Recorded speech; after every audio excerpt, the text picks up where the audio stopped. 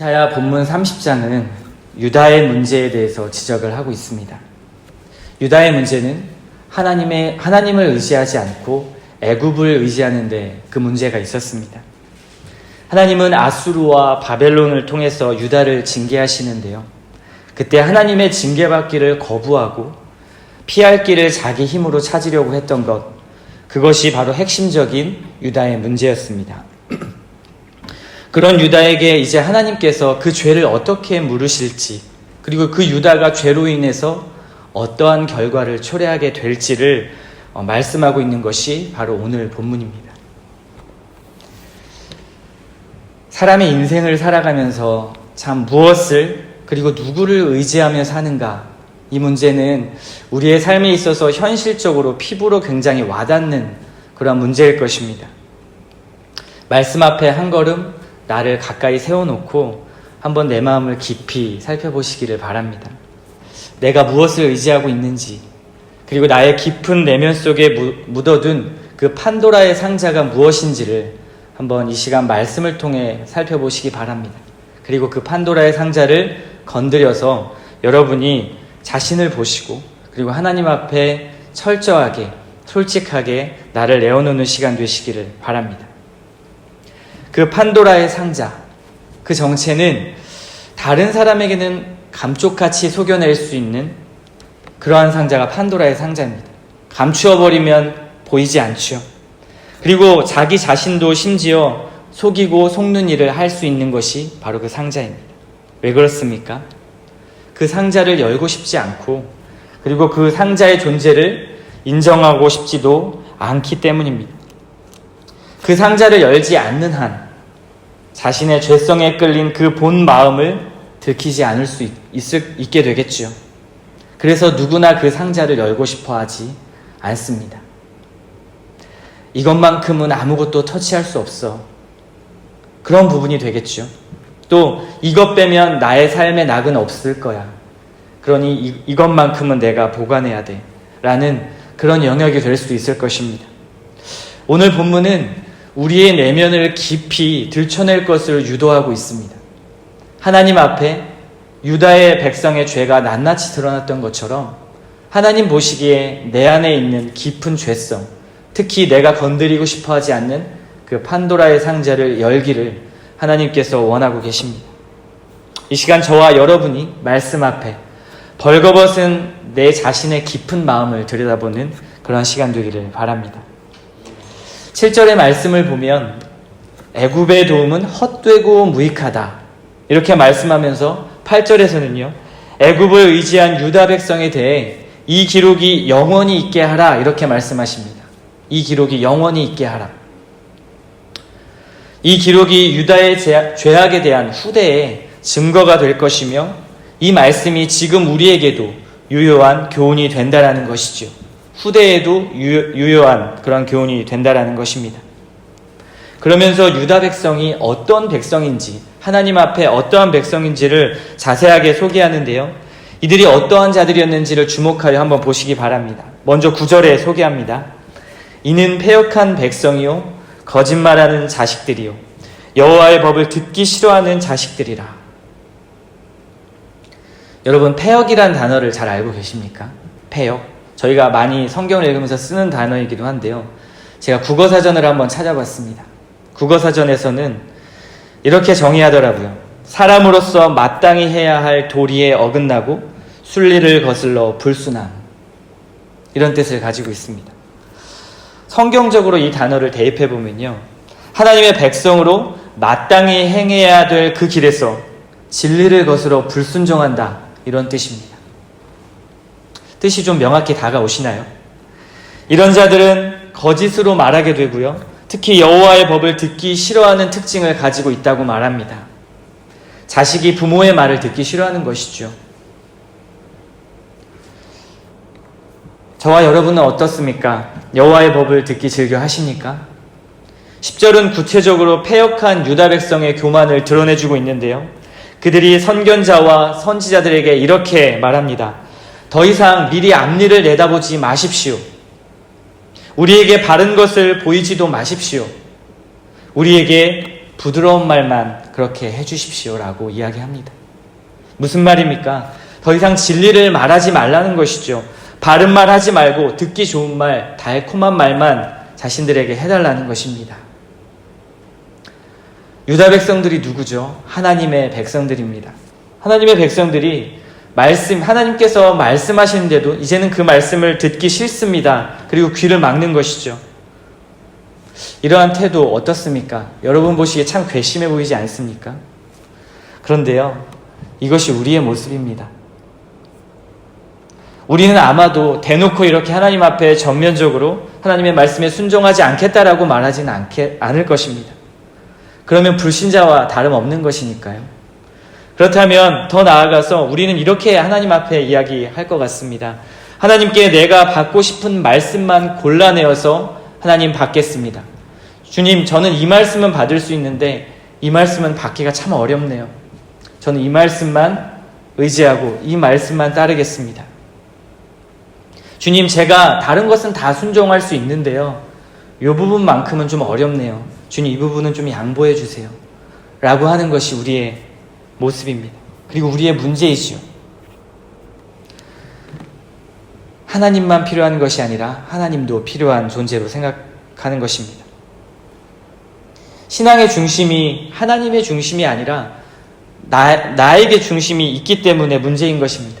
듣기 좋은 말을 원하고 그리고 순종하기 좋아하는 것만 하고 칭찬하는 말, 위로하는 말을 해주면 좋아하지만 나를 찌르는 말, 나를 깊이 적나라하게 드러내는 말, 채찍의 말, 그런 말들을 하면 견디지 못하는 것입니다. 그런데요, 하나님께서 하시는 하나님의 성품 중에서 우리를 바로잡기 위해서 그 공의의 하나님, 그 능력의 하나님은 우리에게 채찍의 말, 듣고 싶지 않은 말, 징계의 말도 하신다라는 것을 기억해야 합니다. 그리고 오히려 그 말씀을 듣는 과정에서, 그리고 그 말씀을 들음으로 고쳐나가는 과정에서 더 깊이 나를 보고 더 깊이 묵상할 수 있습니다. 그리고 이 지점에서 하나님께서는 받아낼 수 없는 그 인간을 받아내시는 하나님의 사랑을 발견하게 됩니다. 인간의 죄성에도 불구하고 연약함에도 불구하고 받아내시는 그 사랑을 하나님의 징계와 채찍 그리고 하나님의 찌르는 말을 통해 성도를 변화시키시고 그리고 성도를 만들어 가신다라는 것입니다. 11절에서는 더 완고한 백성들을 확인하게 됩니다. 너희는 바른 길을 버리며 첩경에서 돌이키라. 이스라엘의 거룩하신 이를 우리 앞에서 떠나시게 하라 하는도다. 이렇게 유다 백성들이 말하고 있는 것입니다. 이 말을 바꾸면 유다 백성이 이렇게 이야기하고 있는 것입니다. 오히려 당신들이 말하는 바른 길을 당신들이 버리십시오. 선견자들에게 지금 이야기하는 거죠. 그리고 더 이상 우리에게 이스라엘의 거룩한 분 여호와의 이야기는 좀 하지 말아 주십시오. 이렇게 유다 백성들이 더 완고하게 이야기합니다. 이것은 실수가 아니라 의도적으로 하나님의 말씀을 듣지 않겠다는 것이죠. 의도적으로 거부하는 것입니다. 내 마음대로, 내 원하는 대로 좀 살게 내버려두라 말하는 것입니다. 여러분도 과거에 이런 마음을 좀 품으셨던 적이 있습니까? 아니면 현재 혹시 이와 같은 마음이십니까? 저는 이 마음이, 이 유다 백성과 같은 마음이 너무너무 깊이 이해되고 공감합니다. 제가 청년 시절에 이러한 마음을 너무 깊이 가졌던 적이 있습니다. 그래서 이것과 정말 비슷한 말을 제 청년 담당 목사님께 했던 적이 있죠. 냉담한 저의 반응은 이런 이야기였습니다. 제발 저에게 오셔서 하나님 이야기 좀 하지 마십시오. 그리고 신앙 이야기 하지 마십시오. 저 다 알고 있습니다. 제 인생은 제가 알아서 하겠습니다. 저를 아프게 하는 말을 더 이상 하지 말아 주십시오. 이렇게 목사님에게 상처를 주었던 기억이 있습니다. 제 완고했던 그 마음은 하나님이 살아계신 것은 알지만 제게 듣기 싫은 말은 제가 하고 싶은 대로 좀 하게 내버려 두라는 것이었죠. 그때는 정말 하나님께 인생을 구속받기 싫어했던 것 같습니다.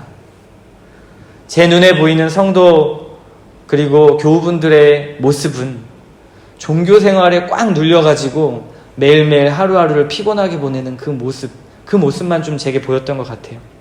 그래서 제가 하고 싶어하는 일에 더 얽매여서 나는 내 힘으로 열심히 해보겠다. 하나님 없이도 살 수 있겠다. 라는 교만하고 무지한 마음을 가졌었습니다. 하나님이 계신 건 부정하지 않지만 제 마음대로 살고 싶었던 것이죠. 저는 좀 완고한 마음의 형태였지만 여러분의 마음은 어떠십니까?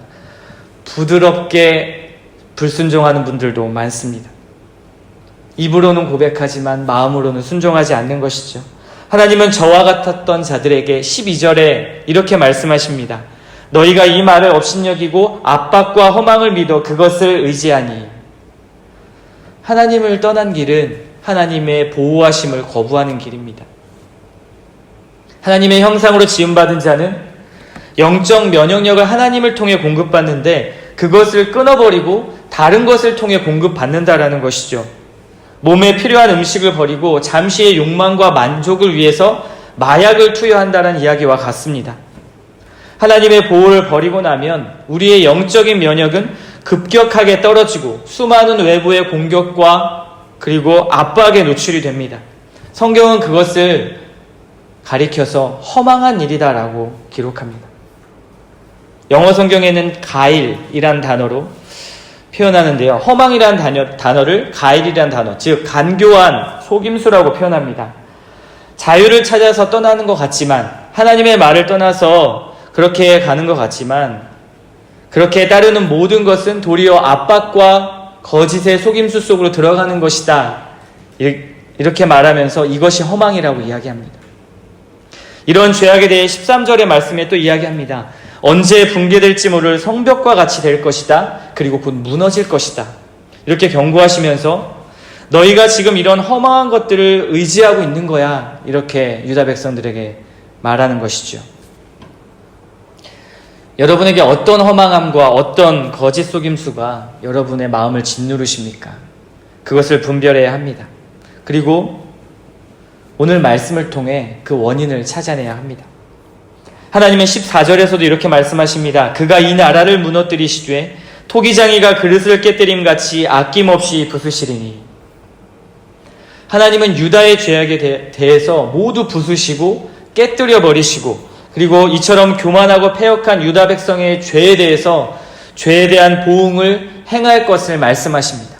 이렇게 죄를 지은 너희들을 그렇게 하지 못하도록 무너뜨려 버리고 깨뜨리겠다. 그리고 하나님은 또 한탄하시죠. 너희가 회개하고 돌아와 나를 의지했더라면 구원을 받을 것이고 그리고 잠잠하고 나를 신뢰한다면 너희는 힘을 얻겠지만 너희는 그렇게 바라지 않는구나. 하나님의 통탄한 마음을 표현하고 있습니다. 유다 백성은 이러한 하나님의 말씀을 무시한 채 또 이렇게 말하지요. 하나님을 의지하느니 제가 말을 타고 도망가겠다. 하나님을 의지할 바에는 저는 말을 타고 도망가겠습니다. 이렇게 이야기합니다. 또 빠른 말을 타고 달아나겠다고 발돌 같은 그들의 마음을 잘 표현하고 있습니다.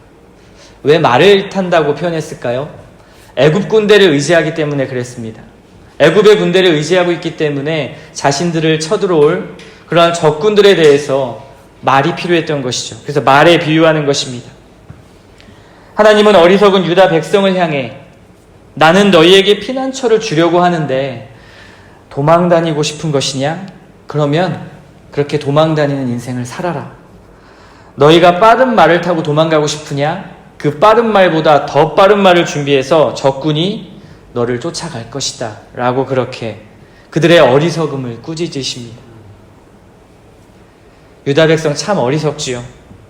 눈앞에 보이는 것들을 의지했습니다. 군대를 의지했습니다. 그것도 그들이 노예 삼았던 애굽의 군대를 의지했습니다. 하나님께서 돌아가지 말라고 한 그 애굽, 자신들을 구원해 줄 것이라고 생각하는 것입니다. 우리도 마찬가지죠. 돈이 없으면 살 수 없기 때문에 돈의 노예가 되고요. 다른 사람이 하는 만큼은 해야 내 체면이 서고 사람 사는 것 같기 때문에 비교의 노예가 되기도 합니다. 그러니까 더 많은 것을, 더 좋은 것을 가지려 하는 것이죠. 하나님과 자꾸 분리될 삶을 계획하고 그 운영하는 것, 그것이 애굽을 의지하는 일과 같습니다. 하나님은 이런 인생은 버려지고 무너지고 부서지며 압박과 거짓 속임수의 늪으로 스스로를 넣는 것과 같다라고 말씀하고 계십니다.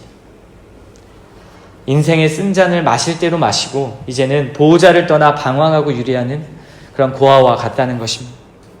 믿음의 실체를 잡지 못해 죄악과 환경에 눌려 사는 사람들과도 같다고 하는 것입니다. 하지만 본문 오늘 18절의 말씀을 보면요, 그러나 라는 접속사를 주목해 보시기 바랍니다. 이 모든 것을 말씀하시고 18절에 그러나 라고 시작합니다. 그러나의 문맥의 의미가 무엇입니까? 이 모든 죄악을 너희가 가지고 있음에도 불구하고 라는 뜻입니다. 그리고 하나님은 어찌하시죠? 18절 한번 보시기 바랍니다. 기다리시고 일어나신다 라고 말씀하십니다. 왜요? 은혜를 베풀기 위해서, 그리고 우리를 긍휼히 여기시기 위해서라고 말씀하십니다. 반전의 하나님이십니다. 이 말씀이 하나님의 진짜 깊은 마음이시죠. 이 마음을 우리가 깊이 느끼려면 먼저 나의 판도라의 상자를 하나님 앞에 내어놓아야 합니다. 벼랑 끝에 잡고 있는 그 줄을 과감하게 그냥 끊어버리고 떨어진다 해도 주님의 손이 받치고 있다라는 것을 믿고 신뢰하는 것이죠. 신뢰하지 않는 한 그분의 사랑을 더 깊이 느낄 수 없습니다. 지식적인 사랑에선 그칠 수 있지만 하나님의 깊은 사랑을 직접적으로 체험하기 어렵습니다. 내 것을 잡고 있는 한 주님의 것을 잡을 수 없습니다. 신앙의 싸움이 평생 이러한 싸움 아닐까요? 이것을 기준으로 두고 오락가락하는 싸움이요. 그렇습니다. 알면서도 되지 않고 실패를 경험하면서 또 주님께 돌이키는 삶의 반복이 여러분에게 지속될 것입니다. 하지만요, 하나님은 그럼에도 우리를 붙잡고 계십니다. 또 예수 그리스도를 보내주셔서 확실한 사랑의 증거를 보여주셨습니다. 예수님이 증거입니다. 자신이 내어놓을 수 없는 판도라의 상자, 독생자를 내어주신 것이죠. 열 수 없는 상자를 하나님께서 여셨습니다. 저희들에게요. 하나님은 이 깊은 마음을 여러분들이 느끼시기를 원하고 계십니다. 나의 깊은 판도라의 상자를 하나님 앞에 내어놓고 주님의 도우심을 진정으로 구하고 그리고 주님의 역사하심을 진정으로 신뢰하며 의지하는 저와 여러분 되시기를 소망합니다.